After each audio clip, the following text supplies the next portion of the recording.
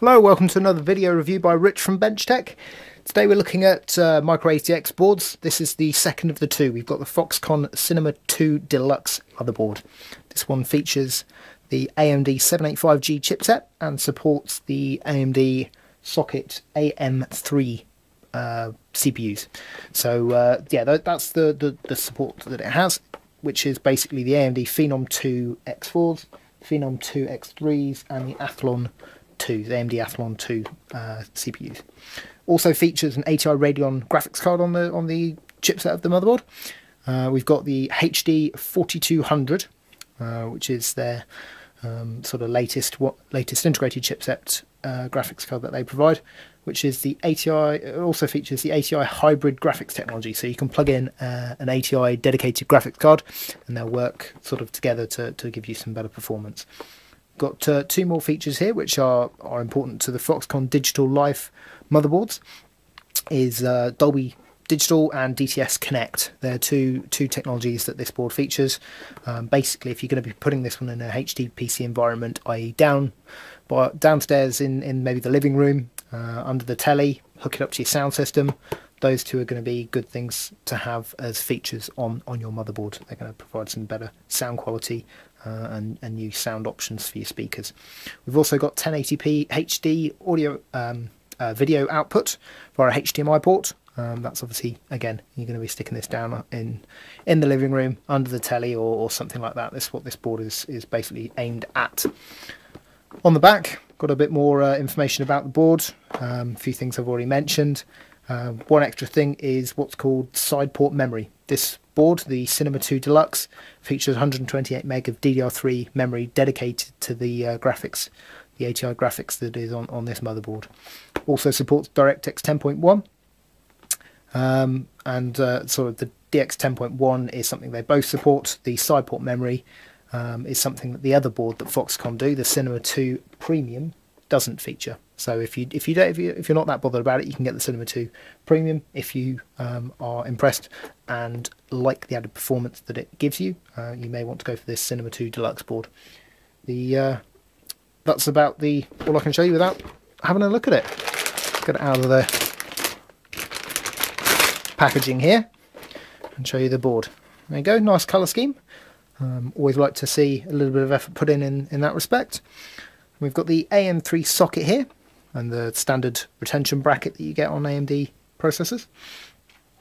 We've got 100% solid capacitors on this motherboard. This all the little red and silver dots you see around. That's 100% solid caps. That's something they like to highlight as an improvement to the longevity of the motherboard. It's apparently going to be very durable with those and last longer than a design that, say, uses electrolytic capacitors.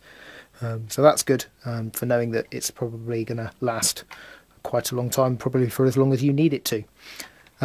We've got the standard power connector here, an 8-pin ATX power connector, and your normal ATX 24-pin on the side there. We've got 4 slots of DIMM memory. This is DDR3 memory it supports, and speeds of 1066, 1333, and 1600 without overclocking, just by default. So that's good. You can use some nice fast RAM in there. Little look at the back panel plate. We've got a keyboard port here, 6 USB ports on this one. We've got an RGB port or VGA, DVI, and a HDMI connector here. So you've got lots of video out connector possibilities.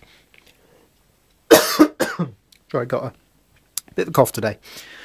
We've got an optical audio out and 7.1 channel audio on this board, again provided by a Realtek chip on there. Again, check the review out for this specific one. I haven't got it to hand at the moment. We've got a gigabit Ethernet port, and another difference, the last difference that you've got here between the Cinema 2 Deluxe and the Cinema 2 Premium, is that we've got a Firewire port, IEEE 1394.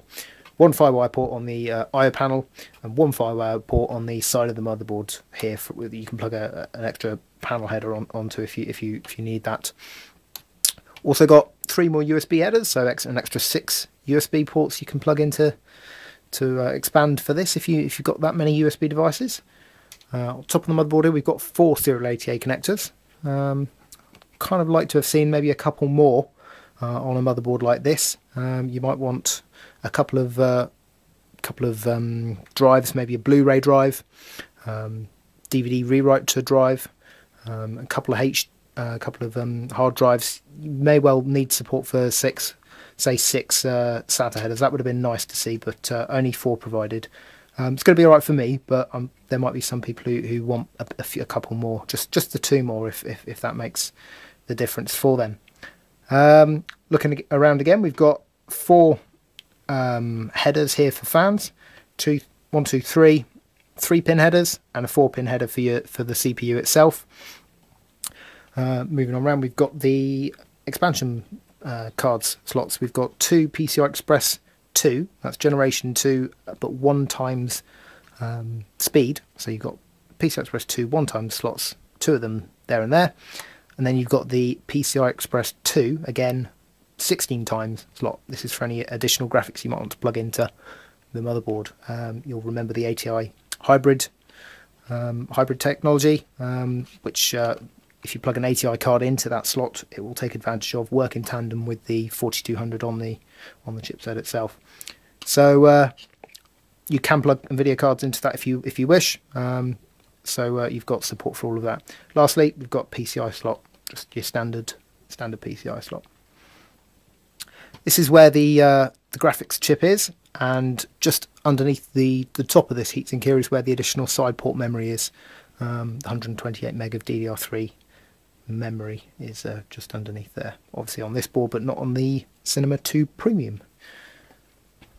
Over the back, just got the standard AMD retention backplate there. Nothing much more to show you on the back. So there you have it. Quick look at the board itself. Let's have a look at the rest of the package that you get from Foxconn. Driver disc, drivers and utilities discs. That'll have all the software you need on it. Got a Cinema 2 quick install guide. If you want to know where to plug everything in, what all the features do, and a bit more about the board. User manual, your standard stuff. A couple of additional serial ATA data cables, and your I/O panel, nicely color coded. So there you have it. That's the package you get from Foxconn, and we'll be able to show you a lot of the tests comparing this to the Intel H55 chipset. So HD playback, power consumption, all your standard HTPC stuff. So there you go. There's a quick look at the board itself, and check out BenchTecUK for the full review. Okay, see you again, guys. Bye.